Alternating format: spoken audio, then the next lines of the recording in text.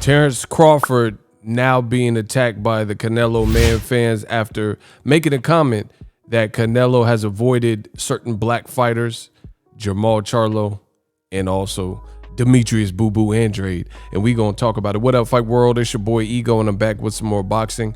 Make sure you smash the like button. Also subscribe to my channel for the latest and greatest in boxing. Before I get started, make sure you guys use my link in the description to get the new UFC ESPN Plus pay-per-view this weekend. ESPN Plus pay-per-view. Francis Ngannou getting another crack. He's worked his way back up the rankings, getting another crack at the champion, Stipe Miocic. Should be a exciting fight, possibly a knockout type of fight, depending on what both guys have learned and whatnot, and we'll see. So use my link. It does help the channel. Now, Terence Crawford made a statement. Let me jump right in the mix. Terence Crawford says regarding Canelo, he shied away from Jamal Charlo and Andrade for a long time. When you look at Canelo's career, it's like he shied away from the black fighters. I think the black fighters give him the most problems. And there it is. There you have it. This interview with SiriusXM and DAZN that Crawford did has made him a marked man in terms of the Canelo Manfans. They did not like that. But ironically enough, I did a video about it and I agree with him. I think there are certain styles that Canelo has shied away from, and specifically black fighters in Jamal Charlo and Demetrius Boo Boo Andrade. Listen, we keep hearing from the Canelo Manfans and the Cinnabons about what Canelo would do to these guys. There's only one small problem. He's not doing that thing to these guys. Pause. So, for example, they'll say in the comment section, Canelo will obliterate Jamal Charlo, but we never get to see it. So it always becomes, and it's at the point where I don't think the Canelo fans really believe what they're saying. Otherwise, they would be pushing for the fight. Look at, there's Jamal Charlo training right now. Look how big he looks. Skilled. Look at his calves. You know what I'm saying? He's not a light dude. He's not a small dude. He's taller than Canelo. He got skills. He has an underrated defense. If you watch his fight with Derevyanchenko, somebody who can give you a world of problems if you don't fight him right. But Jamal Charlo knew how to fight that style. So instead of saying it, we want to see it. People want to see Canelo versus the guys, the likes of Jamal Charlo and Demetrius Andrade. Those two black fighters, as Crawford is saying, particularly, those two fighters were in the same division with Canelo since the 154, 155 Canelo weight days, and neither one of them has gotten an opportunity. Meanwhile, Sergey Kovalev on his way out, he gets a shot. You know, look at how he had this man's eyes looking. He looking like Goonie. Hey, you guys. And Derevyanchenko's a quality fighter. But once again, the Canelo fans are afraid because they know these statements hurt, because Canelo's not fighting the Jamal Charlos of the world or the Demetrius Andrade. There are some other guys too, even non-black fighters. Like I feel Gilberto Zurdo Ramirez, Mexican fighter from Mexico. He's called out Canelo for years, right? David Benavidez, Mexican-American from Arizona. He's looking like a savage, right? Canelo has not seemed eager and chomping at the bit to fight these guys. Artur Beterbiev recently called him out. Bivol, two guys from Russia. So the proof is in the pudding. I agree with Terence Crawford. And now, since he made this statement, he's become public enemy number one. You see all the Canelo Manfans upset, angry about it because their Lord and Savior Canelo got called out for what he's doing. The WBC is allowing it too. They want him to fight the Avni, Yildirim, average pilgrims of the world and stuff like that, and keep saying he's the king of the crop and face of boxing and stuff like that, and he can have all the straps, but look at who he's fighting. You know what I'm saying? And the thing is, Canelo in its totality, he has a good resume, but a lot of boxing is what have you done for me lately? And Canelo, if you look at it, he had whoever come out in Miami, and it was a lackluster fight. It was a guy that we hadn't heard much about, and then when you see him fight Canelo, he didn't provide any resistance. So you see why you haven't really heard of Average Pilgrim. Like, and at the end of the day, this is a bad look for Canelo. He's making money, true indeed, but at the end of the day, it's a bad look just based on the fact that we already know Canelo is a good fighter. I haven't really heard anyone that says he lacks discipline or he's not skilled or he's not a top dog. You know what I'm saying? But the situation becomes this. People want to see you in there with other people that we consider top dogs. So even the Billy Joe Saunders fight, people are living off of what Billy Joe Saunders did at 130, 160 at middleweight. But the thing is, you're not fighting him at 160. You're fighting him at 168, where Canelo holds the cards.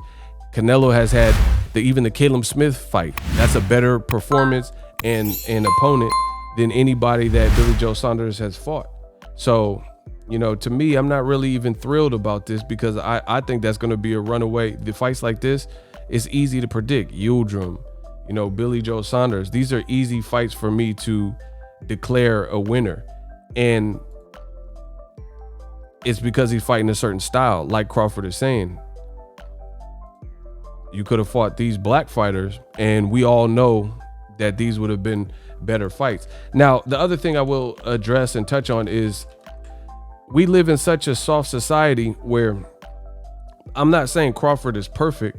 Crawford, there's some things that he said that, you know, I don't totally agree with or disagree with. That's normal.